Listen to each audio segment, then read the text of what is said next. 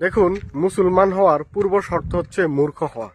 ফিলিস্তিনের ইস্যুরে কেন্দ্র করে বাংলাদেশে দেখলাম যেভাবে ভাঙচুর হইতাছে বিভিন্ন প্রতিষ্ঠানের উপর, তারা অভিযোগ তুলতেছে বাটা, পিজা হাট, কেএফসি এগুলা নাকি ইহুদিদের কোম্পানি, তাই সেগুলা বয়কট করতে হবে, তাই সেখানে ভাঙচুর চলতেছে। ঠিক আছে, শুধু তাই না, তৌহিদি জনতাদের দেখলাম বাটা শোরুমকে বয়কট করতে গিয়া মানে ওখান থেকে লুট করতেছে, মানে ইহুদিদের পণ্য বয়কটও করতেছে, আবার শোরুম থেকে লুটও করতেছে।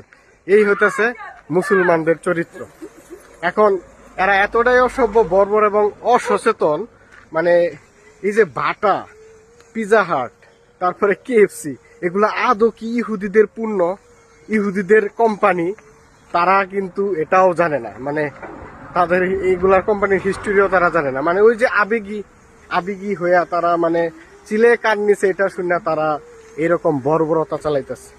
তৌহিদি জনতা কি এটা জানে তারা যে ফেসবুকে ইসরায়েলকে বয়কটের ডাক দিছে, ইসরায়েলের পূর্ণ বয়কটের ডাক দেয় ফেসবুক, এই ফেসবুকের প্রতিষ্ঠাতাকে মার্ক জুকারবার্গ, সে একজন ইহুদি এবং সে ইসরায়েলকে অনেক অর্থ, অনেক কিছু ভাবে, টেকনোলজিক্যাল ভাবে অনেকভাবে হেল্প করে।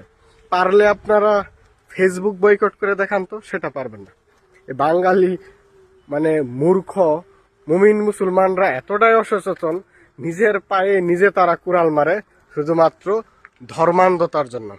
এখন বুঝতে পারছেন যে তাদের পাশে কেন কেউ নাই, প্যালেস্টাইনের পাশে কেন কেউ নাই?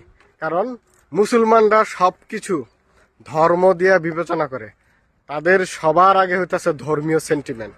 ঠিক আছে, আমি অনেক আগে থেকে বলে আসতেছি, প্যালেস্টাইন ইসরায়েলের এটা মাতৃভূমি রক্ষার লড়াই না, এটা ঘৃণার যুদ্ধ, এটা ইসলামের জিহাদ। ঠিক আছে, একটা মুল্লা, একটা মুসলমানকেও দেখবেন না যে তারা প্যালেস্টাইনের মাতৃভূমির পক্ষে। তারা শুধু বলে কালেমার পতাকা উড়াইবো, ইসলামের বিজয় করব, কাফেরদেরকে হত্যা করব, হ্যাঁ, ইহুদি সব মাইরা ফেলাইবো। তো তোমাদের পক্ষে কে থাকবে? মুসলমানরা নিজেদের অস্তিত্ব নিজেরাই হারায় ফেলাইবে এক সময়। ঠিক আছে, এবং পৃথিবী থেকে আস্তে আস্তে ইসলামের অস্তিত্বই হারায় যাবে। মুসলমানরা ভাবতেছে যে শোরের মতো জন্ম দিয়া, মানে বাচ্চা জন্ম দিয়া তারা সংখ্যাগরিষ্ঠ হবে, কিন্তু মজার ব্যাপার হচ্ছে যতদিন যাচ্ছে ইসলামের প্রভাব তত কমতেছে, মানে ইসলাম ধর্ম ত্যাগকারীর সংখ্যা আরো দিন দিন বাড়তেছে। সবচাইতে বেশি ইসলাম ধর্ম ত্যাগকারীর সংখ্যা বেশি পৃথিবীতে। একটা জরিপ হয়েছিল যে কোন ধর্ম সবচেয়ে বেশি মানুষ ত্যাগ করে, সেটা গবেষণায় আসছে ইসলাম। এখন বাংলাদেশের মতো জায়গা বা ওই মিডিল ইস্টের মতো জায়গাতে এটা কেউ প্রকাশ করতে পারে না যে সে ধর্ম ত্যাগ করছে। ঠিক আছে, তো এই হচ্ছে ব্যাপার। আমার মনে হয় মুসলমানদের যদি আমেরিকার মতো পাওয়ার থাকতো, উত্তর কোরিয়া, ইসরায়েলের মতো পাওয়ার থাকতো, রাশিয়ার মতো পাওয়ার থাকতো, তাহলে কোনো অমুসলিম এই পৃথিবীতে মনে হয় না বেঁচে থাকতে পারতো শান্তিতে। ঠিক আছে, তারা সব জায়গায় কালেমার পতাকা উড়ায় দিত। এটাই হচ্ছে ইসলামপন্থীদের মূল চেতনা, তাদের বিশ্বাস।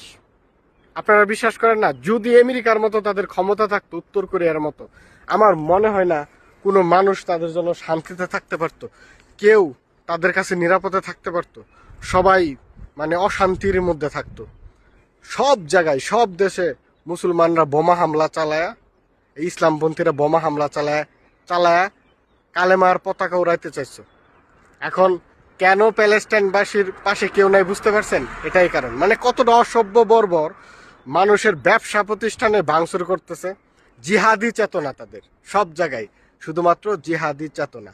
সেখানে মানুষ কর্ম করে খায়, ওইসব কর্ম, মানে এই যে পিজা হাট, কেএফসি, বাটা, যেসব প্রতিষ্ঠানে ভাঙচুর করা হয়েছে, ক্ষতি কাদের হয়েছে? বাংলাদেশের হয়েছে।